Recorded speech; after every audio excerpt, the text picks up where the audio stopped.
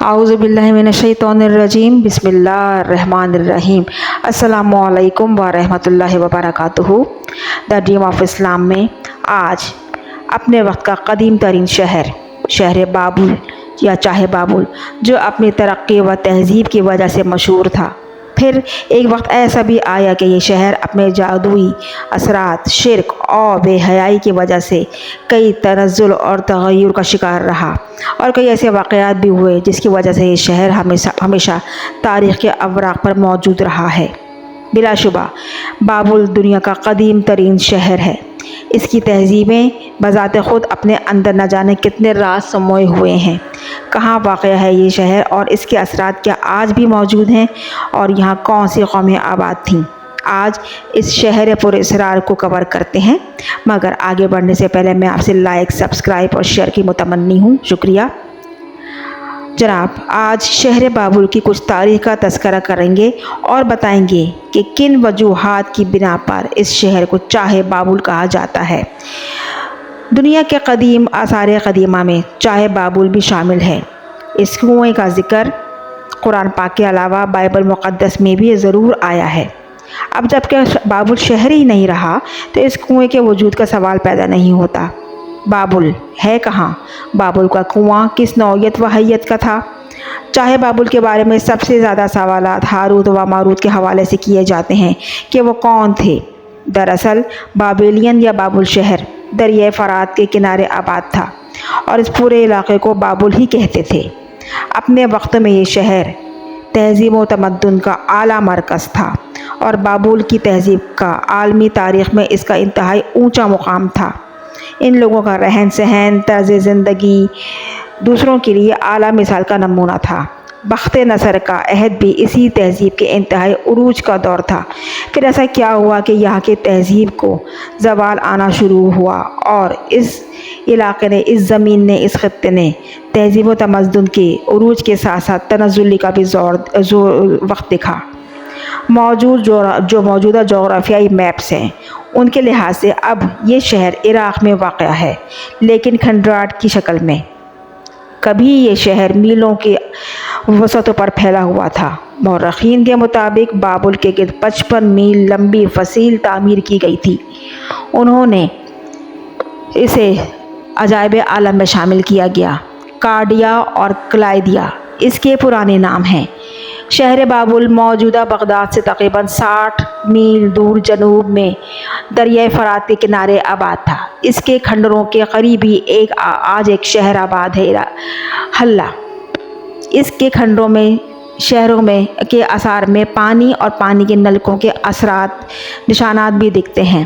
شاہی محلات کی بنیادیں اور مضبوط حلقوں کے نشانات بھی دکھتے ہیں۔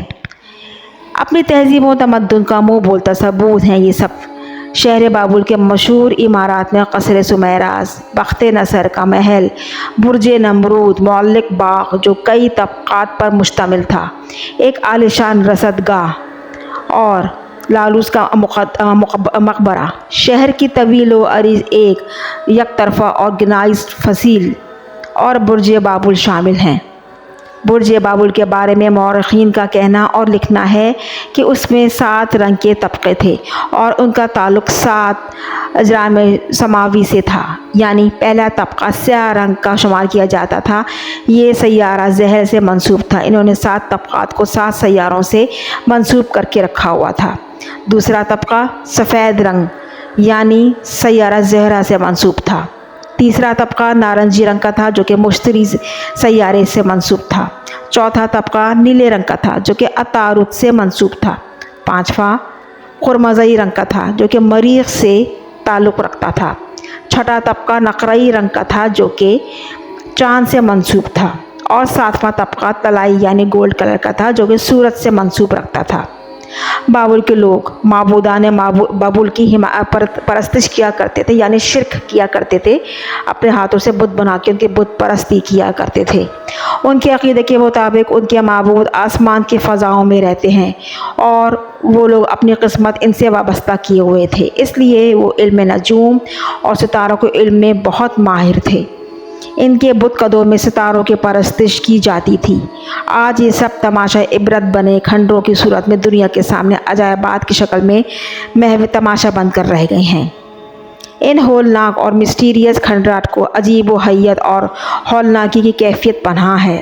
جب وہاں کوئی جائے تو لوگوں کا کہنا ہے کہ ان کو ایک عجیب و غریب ہیبت کا سامنا کرنا پڑتا ہے۔ ان کی فیلنگز میں جو وہاں کی عمارات ہیں وہ عجیب و غریب سی ایک فیلنگز آتی ہیں ان کو۔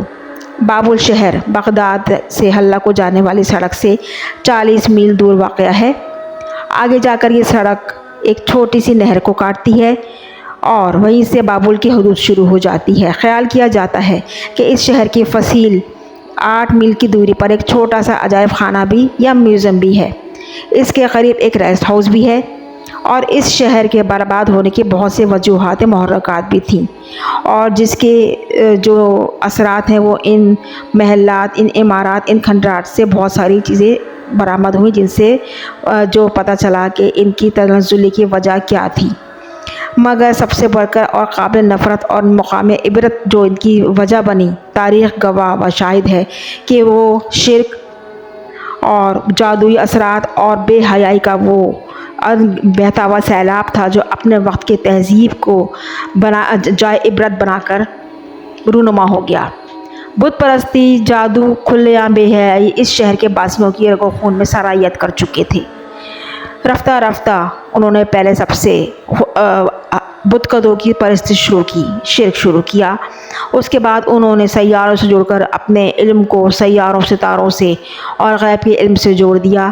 اس کے بعد جب وہ شرک اور وہ سیاروں اور وہ علم غیب اور جادو میں بس گئے تو اس کے بعد ان کا آخری جو حربہ تھا وہ تھا بے حیائی، ہر طرح کی بے حیائی، جس کا ثبوت یہ ملتا ہے کہ شہر کے وسط میں ہونے والا ایک سالانہ میلہ جو مذہبی رہنماؤں کی سرپرستی میں منعقد کیا جاتا تھا۔ اس نام نہاد مذہبی میلے میں جنسی آزادی کھلے عام تھی، اور اس میں وہاں کے اعلیٰ طبقاتی خاندان کے مرد و زن شریک ہوتے تھے، بلکہ انہیں یہ آزادی حاصل ہوتی کہ باہمی رضامندی سے بلا لحاظ جنس ایک دوسرے کے ساتھ جنسی تعلق قائم کر سکتے ہیں۔